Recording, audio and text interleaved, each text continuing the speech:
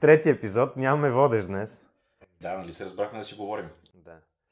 Трети епизод на подкаста, който стартирахме за изборите. И днес ще си говорим генерално за кампанията, какво мина, какво направихме, какво видяхме, какво чухме. Нещо като анализ.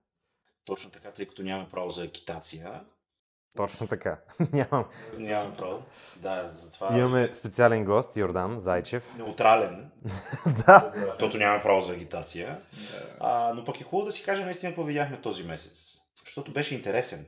Така е. Да кажем, че от сутринта всички си агитират. Да, Фейсбук, той има някакви рестрикции, ама кой ги гледа, кой ги спазва, всичко агитира. Аз излизам навън, гледам някаква кола, мина с някакъв номер. Викам сега тук като от фокус ми правят... Ама те няма как да спрат колите да се движат, нали? Те номерата да ги махат. Да, но пак, не знам. Чувствах се агитиран малко, ама както и да е, няма значение. Явно така може. Ме надразнат плакатите, защото няма да ги махнат сега. Те плакатите не могат да ги махнат специално за днес, но те няма да ги махнат дълго. Аз генерално говоря, че няма да ги махнат. Между другото, това е много сериозен проблем, който винаги се явява покрай избори. Минават изборите, след това се позабравя. Мисля, че има някакви случаи на глобени хора, които им се дават някакви наказания, но генерално проблема с нерегламентираното лепене на плакати, особено по селата, е много сериозен. Ние в тази кампания не лепяхме плакати.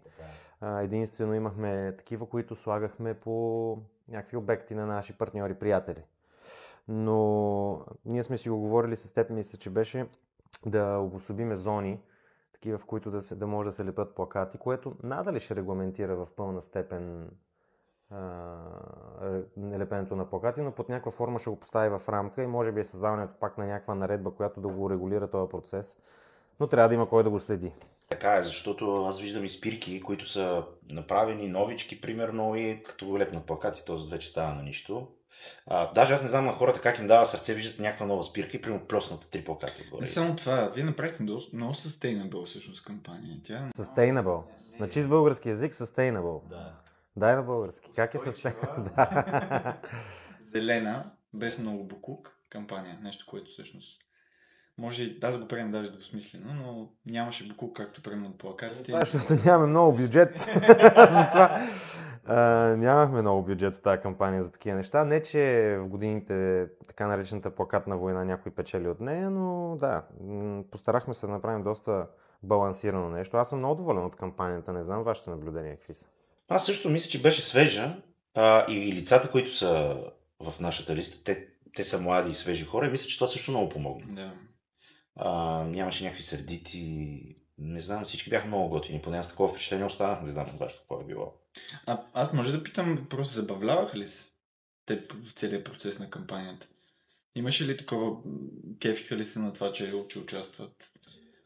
При някои да. Според мен при някои имаше много така енергия, които да се включат. Имаше много тревога при други. А трети се чувстваха много некомфортно, защото аз и в първия подкаст го споделих. Много е кална средата на това, което се опитваме да правим. И много от, хайде така да го нареча, по нашите опоненти, въпреки че аз не знам точно с кого се състезаваме ние, имаше някаква битка. Ти го каза също на втория подкаст. Да. Всеки говори, той е какъв е, он е какъв е. Никой не говореше от другите за идеи, нали, с изключение, разбира се. За идеи, за визия. Всеки гледаше да омаскари другия. Хората, обикновено, когато се включат в избори, не могат да разберат едно. Твоите негативи не са мои позитиви. Съответно, когато тръгваш да хейтиш някой или да го обиждаш или да му търсиш кусурите, това не те прави те по-красив, по-умен. Както каза Любен Дилов преди години, най-вероятно и двамата сте глупави, нали? Но това е много странно в изборите и много често го виждаме, включително последните дни, хвърляне в сянка, търсене на оправдания, този е такъв, онзи е онакъв, никой не говори за идеи, наистина. Аз за това го изподелих, че хората почват да се отечават, почват да се дразнят. Аз, примерно, това, което забелязвах, и често ти казвам, вътрешно много се напрегнах. Избягах да следя социалните мрежи толкова много, но викам, днеска вече, нали, агитации няма, чакай да прочита нещо. Само фалшиви профили, само анонимни профили. Истинските хора ги няма там, те са един, двама, трима. И не знам хората, които го правят това, дали си дават сметка, че те си самите партии или самите фалшиви тролове си говорят помежду си и се хранят и всъщност никой не вижда това. Абсолютно съм на твоето мнение, въпреки че има хора, които стоят отстрани си раджиите и гледат отстрани, но абсолютно е така. 600 кандидата, там с още хора около тях. Това са хората, които са пряко ангажирани, едно тролене, едно хейтене, едно хвърляне на сянка върху някакви процеси, а не говорене реално за нещата, които можем да направим, които искаме да направим, което за мен е много странно. Постоянно хвърляне за някаква вина, този е лош, нали, този това направи, он това направи. Хората са свикнали в България да кампанират върху гърба на някой друг, което е много голяма вреда и на национално ниво, и тук в Пазарджик. Ние сме участвали под някаква форма в годините назад и знаем колко това нещо се е случвало. Сега продължава под някаква форма да се случва отново върху нас. Вижте ги тия, той е бил с тоя, той е бил с онзи, някакви диаграми се появяват, той от кой се явява. Тук хвърлиха колко човека казаха, че са октопода на Тодор Попов, може би 10 човека, пропуснаха някой удобно, нали? И те не могат да си дадат сметка, че примерно аз лично се възприемам като активен човек, който в годините е правил активни неща. Всеки един активен, който под някаква форма е търсил институционална подкрепа, е трябвало да бъде покрай кмета, покрай Тодор Попов, покрай общината. Ти няма как да правиш нещо. Пак ще се върна на Любен Дилов. Той казва, че 90% от живота на хората минава в общината. От родилното, люлката, до гроба. Всичко е общинско. Нали?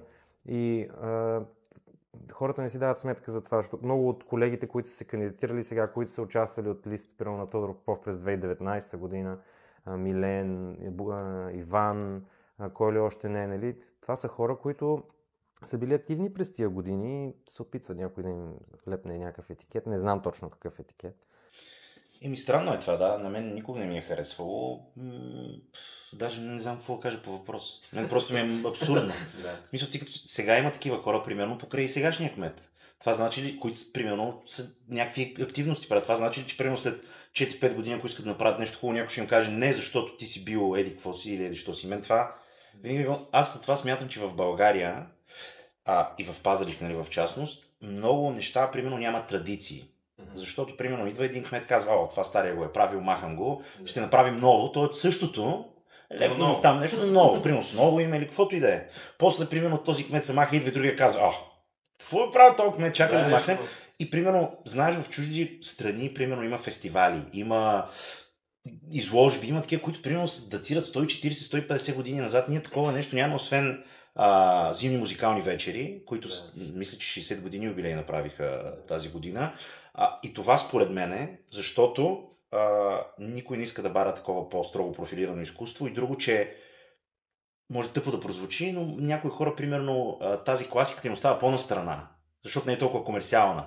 И затова не го пипат толкова много. Точно така. Според мен, защото не я разбират. Точно. Ако имаха някакви влечения по това изкуство, и там щяха да се намесят, това съм повече от сигурен, нали? Но такъв тип класическо изкуство е много по-елитарно, така че си мисля, че това е причината, а не просто защото много са внимателни. Така е, просто е хубаво да има традиции. Няма значение кой идва, ако някой е направил нещо хубаво, да го продължи. И примерно след 50 години да си кажеш, ето. Като каза всичко ново е по-хубаво, в този филм, как се запознах с майка ви сериалчето, имаше Барни Стинсън, където казваше New is always better. Нали? Новото винаги е по-хубаво, и те му даваха примери постоянно, нали, че не е вярно, и нали, като му даваха виното, и той New is always better. И продължаваше да си твърди на щуротията, че новото е по-добре. Така че не за всичко важи, но... Но пък аз забелязвам, че в социалните мрежи така повече хора на средна възраст коментират.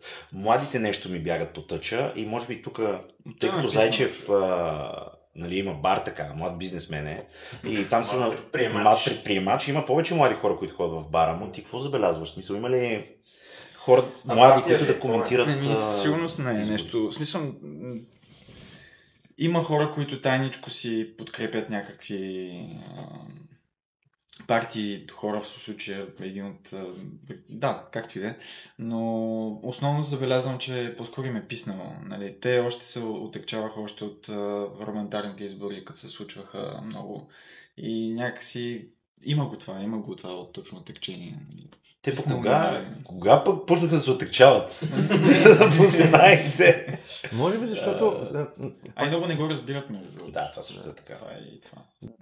Това, което четат по медии, по телевизии, постоянно някаква кал. Аз ако съм млад човек, мисля, аз се считам все още за горе-долу млад, но ако съм на 18-19 години, от какво ще се вълнувам? От спорт, от момичета, от коли или от някой, където се карат по цял ден? Съвсем нормално. Тук забелязвах и друго, че хората, които принципно нямат достатъчно информация, в смисъл не са достатъчно навътре в избори и така нататък и политики, младите много слушат родителите си, което е абсолютно окей, така трябва да слушаш вашите. Но понякога изпускат те сами да си направят някакво мнение на нещата. И аз виждам, че създава си, примерно, слушам някакви наши гости в бара, нали, създават си някакви дискусии, някой се опитва да даде на другия гледна точка, но в крайна сметка, примерно, като познаваш родителите на някакви хора, виждаш всъщност тяхната гледна точка на родителите през децата им, примерно през младежите и така нататък. Което не мисля, че е най-правилното. То не е правилното, обаче някакси е нормално. В крайна сметка ти израстваш тия хора, възприемаш техните възприятия и неща. Това е малко както сега на изборите. Трябва да гласуваш за някого, имаш някакви възгледи, харесваш някакви неща, обаче баба ти е кандидат. Мисля, ще гласувам за баба. Съвсем нормално. Абсолютно такава ситуация. За това го казвам. За това го казвам. Така че и в тези ситуации до някъде е разбираемо, защото се подкрепяш част от семейството. От друга страна, нали,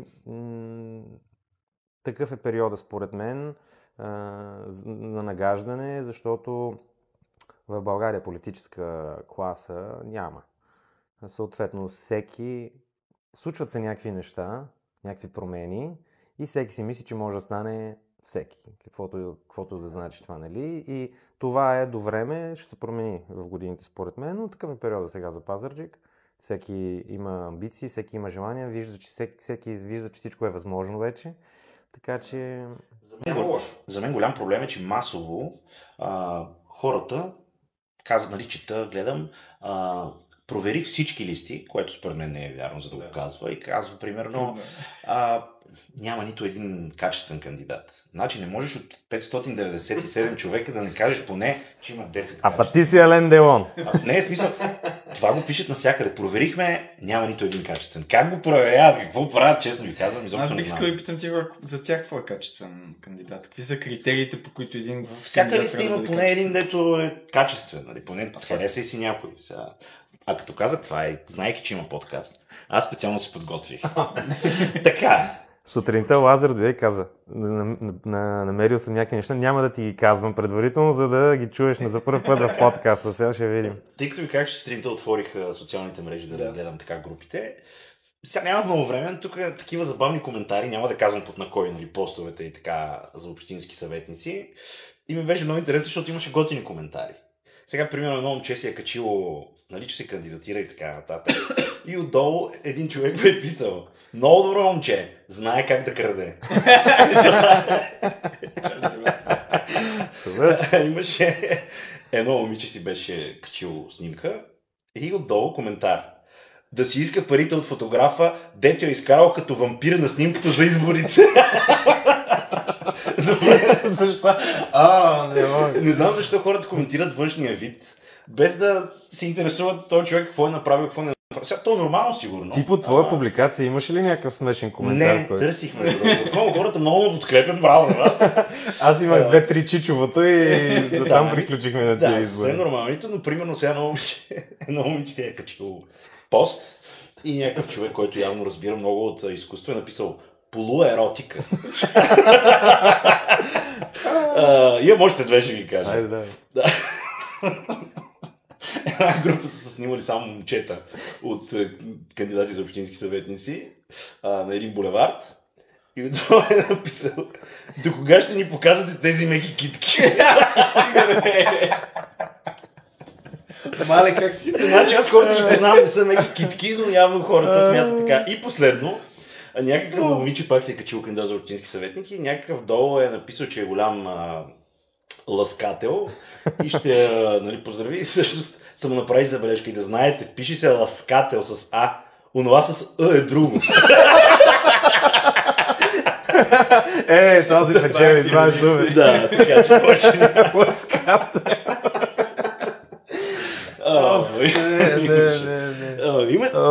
Аз мисля, че те избори, нали, хората ги възприемат много сериозно и то е така, но в крайна сметка покрай това има и много хумор и много забавни моменти. Ние тук много се забавляваме и всички тук хора покрай нас знаят какво ни е чувство за хумор, доста така по-остро, острумно, но истината е, че това, за което сме се събрали тук този месец е доста по-сериозно и другото, което хората около нас знаят е, че ние наистина можем и знаем как да случваме нещата и хубавото през тази кампания, поне според мен, беше, че успяхме да съхраним желанието си да говорим за решения. Поне това, което срещнах аз у нашите кандидати за съветници, беше точно това.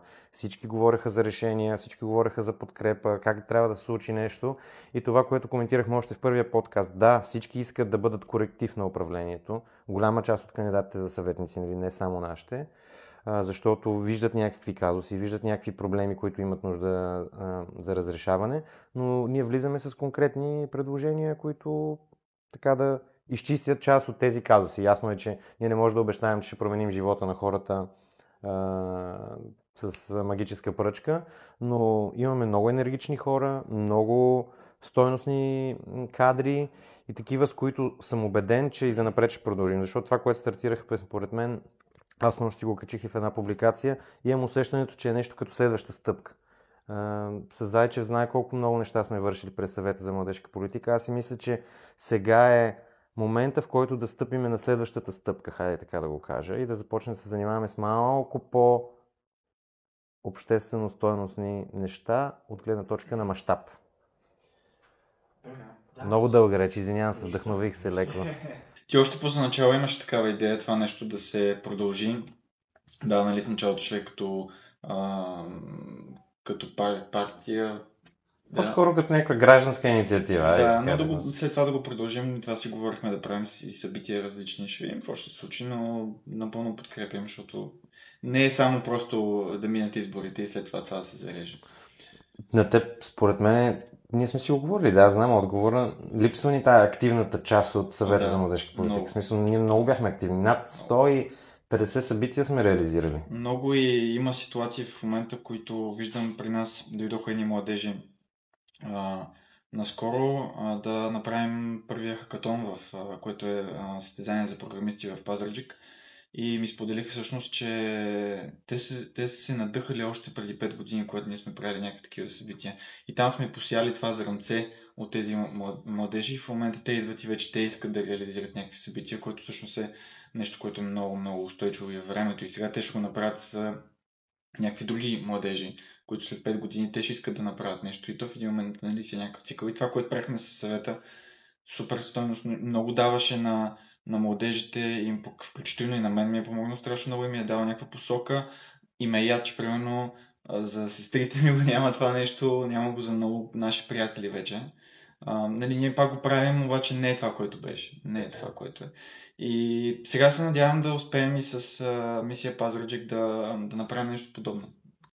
В тази връзка аз винаги съм те давал теб за пример, защото Зайчев е един от първите хора, които се включиха в съвета за младежка политика. На първия, на втория, на третия прием беше нещо такова. Та тогава, защо те давам за пример? Защото според мен някой, когато има съпричастност към мястото, в което е роден и израснал, той след това в някакъв момент се връща да направи нещо полезно. Когато си боядисал една пейка или си изчистил нещо или си създава нещо под каквато и да е форма, си по-склонен да инвестираш отново. Зайчев инвестираха доста средства, за да създадат бар, нали, после и ресторант, но основно бара. И то е нещо, което има и добавена стойност. Аз затова го харесвам и него, и екипа му, и обекта, който имат, защото освен да е бизнес, те и създават общност. Нали, различното място за Пазарджик, имат си тяхните хора. И това според мен е до някъде, освен че той е сетивен за такива неща и свестен тип генерално, малко да те изчеткам. Има го и това като отзад на главата му стои, че трябва винаги да има нещо като добавена стойност. Не може просто и така. Да, тук бих добавил нещо, което на нас всъщност малко ни натежава в последно време, защото в крайна сметка, нали, сега бара идеята не беше да вади някакви пари, идеята беше да е социално място. Пак нещо, което дойде от съвета в нас като усещане.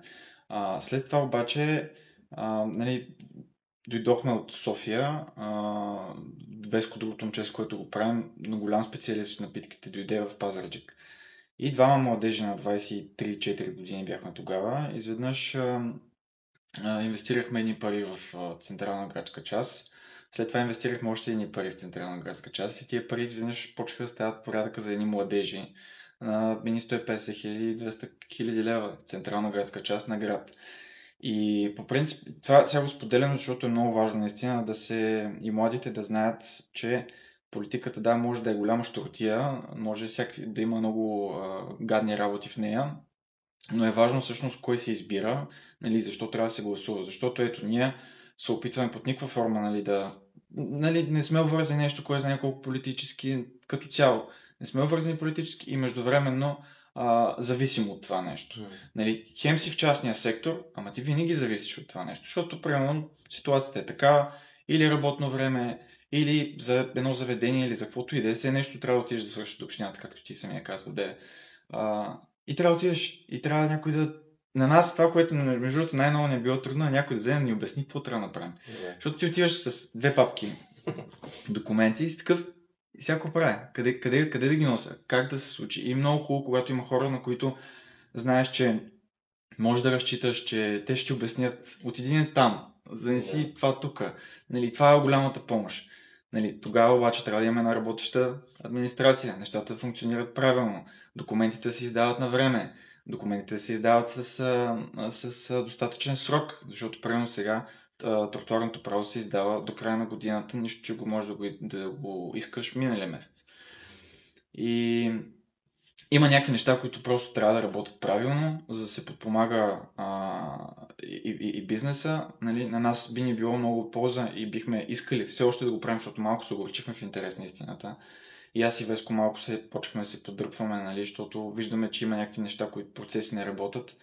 И тук с нас, като мите си говорихме, за да стане центъра готин, както го искаме, както е в другите градове, както е в чужбина, да има млади хора, да има като цяло хора след 5 часа, нали, то трябва под някаква форма хората, които управляват, да съдействат за това нещо, да го направят малко по-леснен процес. Нали. Това, което и много пъти съм брънкала за някакви неща, добре сега за какво трябва да се случва това, предположение, че може да стане. Най-вероятно има някаква причина, но и друго някой да ти го обясни.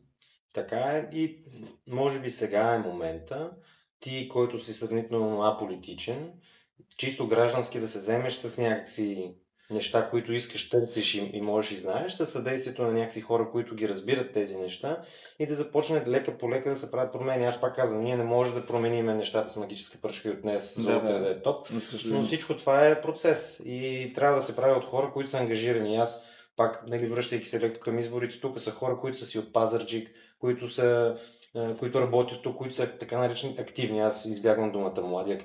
Активни хора. Повечето от тях са запознати с ежедневните проблеми на града, ето такива. Нали, и затова аз съм много доволен, че започнахме тази дискусия, този дебат, защото ние не всички сме на едно и също мнение, но в дебата се ражда истината, за да може в някакъв момент нещата да се променят за по-добро. Никой тук не говори. Ние, нали, не обичам аз да говоря за големите неща, защото, нали, мисли глобално, действие локално е моя принцип на работа. Така и според мен хората, които са в Общинския съвет, трябва повече да се вслушват, според мен, защото, примерно, ето Зайчев има проблем с някакви неща, които според мен чисто документално могат да се оправят, за да върви по-леко работата при тях. Някой от нашата листа, който има бизнес, вижда някакви други проблеми. Според мен тази съвкупност от хора, млади, които срещат някакви проблеми в развитието си, може да направят такива предложения, че лека по лека да се изчистят. Както ти кажеш, този процес, който сигурно не е така с магическа пръчка, но лека по лека може да се оправят някакви неща, така че да всички да им е по-лесно и по-спокойно. И другото, което на мен ми прави впечатление, всички се оплакват как вече център е умрял. Как няма да умрял, като има само магазин. Когато искаш да направиш някакъв бар, почват някакви проблеми. И според мен, тук вече това според мен ще е много сложно, но примерно виждали сме градове големи в чужбина, където примерно центъра Петък и Саута малко повече е позволено да се шуми. Защото в крайна сметка това теоритори. Ти знаеш, ние сме ходили с теб в Солун. В Солун няма ограничение за шум на центъра. Няма. Така Какво няма? 24 часа. Ние в началото, като не знаехме, си взимахме хотелен център. Най-голямата грешка, ти в 6 часа сутринта, ако зависи от коя страна си. Да. Няма ограничение и бизнеса върви в тази посока, нали? Не значи, че за целия град трябва да е. В Берлин имат огромен билборд на началото там на центъра или тук където пише хора, които си наемат тук помещение, знаете, че това място е шумно място, нали, имайте го предвид, когато го таковат. И там им да позволяват абсолютно всичко. И затова знаем, че Берлин, примерно за техномузика е топ. Но там го подпомагат това нещо. Тук в Пазарджик може да стане петък събота. Защото цялата седмица, нали, не е приятно за хората, аз съм сигурен, че е така. Примерно, като ми се налагало да спя в други по-големи градове в България, когато има някакви купончета, някакви барове, не ми прави толкова впечатление, защото аз знам, че е петък и събота. Ще ми прави, ако е понеделник и нали, някаква работа, но в крайна сметка по този начин ще се развие града, ще започне по-млади да идват и викат, младите ги няма. Защото те отиват в Пловдив в Капана, защото там до 3 часа музика, хора, живот, нали, малко... Да. Може да се работи в тази насока, но май задълбахме много, така да го кажем. Не, извинявам се, просто не е болна тема. Това, което си говорим през цялата кампания, да си говорим за решения. Ние не искаме да влизаме в...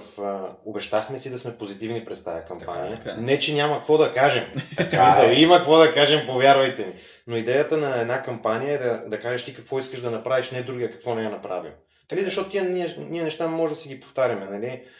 Тук идеята на Общинския съвет, според мен, е за търсене на решения и Общинския съвет, и кмета, и която и да е институция, трябва да е за всички. И това трябва да е послание за всички, които са на власт, защото бързо се отключват качества от хората, когато са в управлението, които не са подозирали, че ги притежават до сега. И е важно те да го разберат. Един кмет, един общински съвет, всеки общински съветник, тези позиции са за всички. Така че, когато някой има някакъв проблем, хипотетично ти ставаш общински съветник, когато някой се обърне към теб, дали е гласувал за теб или не, ние сме длъжни да се опитаме да му съдействаме с разрешаването на такъв проблем. Така, аз затова много често говоря за обединение, защото, примерно, аз имам някаква хубава идея и отивам и я споделям и примерно защото аз не съм от... или не съм харесван или нещо такова и те казват, не, това няма да стане и ти спъват някакви неща. Защо? Мисля, като имаш хубава идея... Хипотетично ли говориш или... Не толкова, не разбрахме всичко да е позитивно. Но хубаво е наистина да има някакво обединение, когато някой дава добри идеи, да не той даде добра идея, ама не от нашите... В смисъл за мен това е, не знам, винаги е било абсурдно. Има го навсякъде в политиката, в цял свят, не само в Пазарджик, не само в България. Може би пък и затова сме на това да редже. На мен ми прави впечатление, по време на кампанията получихме много съобщения и обаждания от хора, които не са от града. За това какво сме правили през годините, как ни поздравяват за това, че не сме се отказали, поздравяват ни за позитивната кампания, нали, хора на много високи позиции, ние сме го коментирали сега да не казваме кои са, но това е нещо, което на мен ми дава сили, хайде така да го кажем, и мотивация да продължаваме, защото тук в града понякога хората в ежедневните си битовизми и така нататък забравят всъщност важните неща. Докато отстрани погледнато, може да си кажеш, ето този човек е читав, той знае, той разбира, но това е нещо, върху което трябва да работим. Това, че сме си от Пазарджик и всеки ден се виждаме и сме на различни мнения по някои от темите, не значи, че другия човек или аз или ти сме некачествени, напротив. И това е малко трудно за някои хора да го преживеят, а трябва, защото живота не свършва с нас, слънцето не изгрява, нали, където ние решим, нещата просто се случват и трябва да продължим да ги случваме заради Пазарджик, заради хората, с които живеем ежедневно. Слънцето не изгря заради нас, но ние може да греем за някакви каузи и някакви неща, така че те да се случват, което е важно. Вчера ми направи впечатление едно момче, който съм виждал може би един или два пъти по някакви събития. Той се занимава с изкуство и от Пловдив. Аз показах на Сашо, беше написал: радвам се, че има такива хора, не те познавам много добре, но ти пише специално. Искаме си в нашия град да има такива млади, активни хора, които да правят някакви неща. И това е готин атестат за нас. И съвет към това момче. Вероятно има, намери ги. Също съм сигурен, че в Пазарджик някой си казва така, търсейки човек с твоите качества или с твоите качества. Нали, просто трябва да преглътнем, пак казвам, някои неща, които чувстваме и усещаме и да се стегнем малко и да поработим. Може ли? Може да ви питам нещо?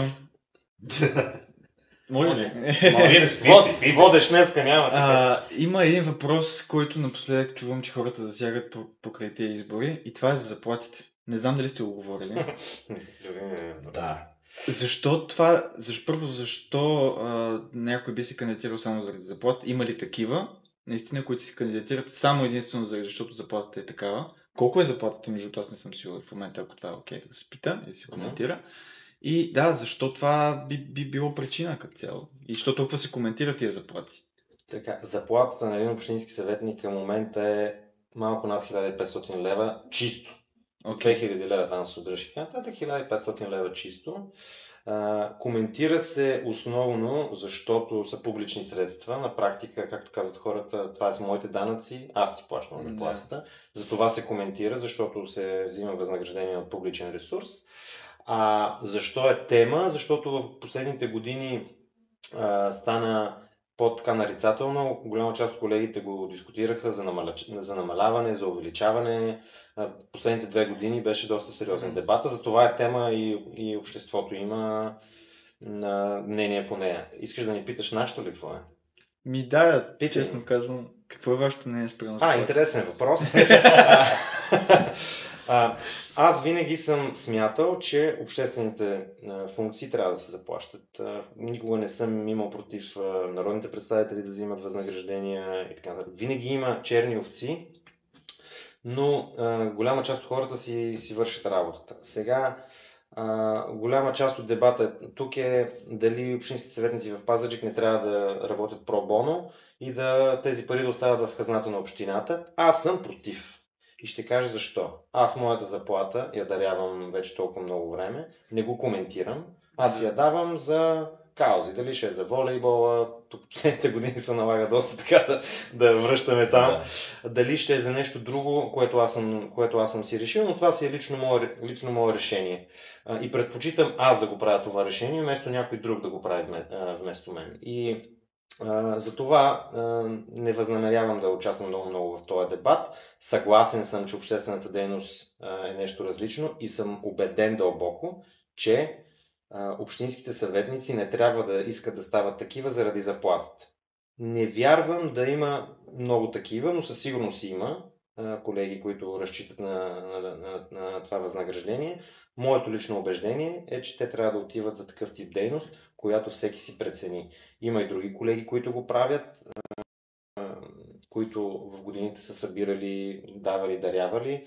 Аз го правя като личен акт в годините. Поздравление, че не се хвалиш това, защото почвам да виждам, че хората се хвалят. Как дават. Това с даренията е малко... От една страна, като не се хвалиш, нали, че го правиш. От друга страна, като не го кажеш, не можеш да привлечеш други хора към каузата. Така че и това е дебат, който нали, не е на 100% в едната посока, но това си е лично мое решение. Нали. Ние сме го коментирали. Лазар имаше нещо да каже по тази тема и ние винаги сме го коментирали, че това няма как да спре като дарителски акт. Какво искаше да кажеш? Точно в тази насока, че съгласен съм с теб, че по-скоро заплатите трябва да идват и човек да преценя какво да прави. Аз ти го казах някой ден или ако утре влезна в Общинския съвет, бих отделял по-голяма част от заплатата ми, примерно за талантливи деца в Пазарджик, защото аз се занимавам с изкуство и на мен това ми би доставило удоволствие, защото си спомням колко трудно ми беше да ходя по конкурси, защото това е голям разход. Нали, пътувания, хотели, такси за участие. Бих помагал на някакви деца, които се занимават с това, защото смятам, че е хубаво. Но, както Сашо каза, не бих оставил някой друг да реши с моята заплата какво да направи. По-скоро аз бих я взел и бих я дал на някой дете, което наистина си заслужава да ходи и му е трудно. Ясно. Доволен ли си? Благодаря за отговора. Ако станеш общински съветник някой ден, не че се кандидатирал сега, какво ще направиш? Какво ще направя с заплатите си или? Не, може да искаш да се изхарчиш в бара, примерно. Не знам, честно казвам, аз питам този въпрос, защото за мен това не фигурираше като цяло в главата ми като идея. В смисъл, ставаш общински съветник и изобщо изолирам идеята за заплата. Нали, това е в моята глава. Мислих, че не е било. Дебатът там е много циничен в някаква посока, защото хора коментират за 2 часа, примерно на месец, ти какви пари взимаш. Да. Аз съм много активен общински съветник в моите очи. Аз се срещам ежедневно с хора, коментирам теми, които са свързани с общината. Моето отношение и ангажимент към общински съвет е доста сериозен.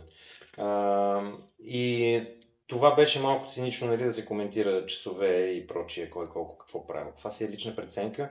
Моите избиратели са ме избрали за нещо. Твоите избиратели може да сте избрали да ходиш да си взимаш само заплата. Нали? Това може да ти е била предизборната кампания, да ходиш да не правиш нищо. Сигурно и такива има. Сигурно. Но в крайна сметка, тук преценката е след на всеки един човек и аз съм дълбоко убеден, че всеки трябва да преценява. Друго е, че хората не го разбират. Нали, някой спуска нещо в социалните мрежи и те се хващат за него като кукичка, защото достатъчно е събрало напрежение това, което си говорихме в началото, и те се хващат за всичко негативно. Казват, ето за 2 часа какви пари си взимат, нали, не си дават сметка каква работа е, колко време отнема и така нататък, но в крайна сметка ние си даваме и бихме си давали парите за някакви готини каузи, така че аз не смятам, че това нас не засяга толкова много. Така. Да. На края на кампанията сме. Утре е изборния ден, да апелираме тук към хората да гласуват, защото е важно.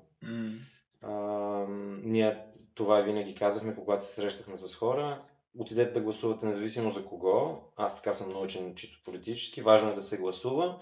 Ако ние сме хората, да подкрепят нас. Ако си вярват, че имат по-добър кандидат, да подкрепят него, но е важно да се гласува. Тук е момента да благодарим на всички хора, които ни подкрепиха по време на кампанията. И преди това, разбира се, но основно сега, защото беше доста интензивно. На целия ни екип, на всички кандидати, които много активно се включиха и пак казвам, ние създадохме нещо като общност още само за 1 месец. Представи си какво ще стане след време. Надявам се да продължим да го правим така със същата мотивация и позитивно, отговорно, с решения, не с критика. Точно така. Да, беше ми много приятно този 1 месец. Наистина прави ми впечатление, че обсъждаме теми, които те изобщо не влизат в дневния ред на, как да ти кажа, и на хората, макар че са важни за тях, и на политиците, нали, за здраве си говорихме много, дори ако ще за душевно здраве, ако ще за домашно насилие, за емпатията, която хората трябва да имат, трябва да създаде в тази общност.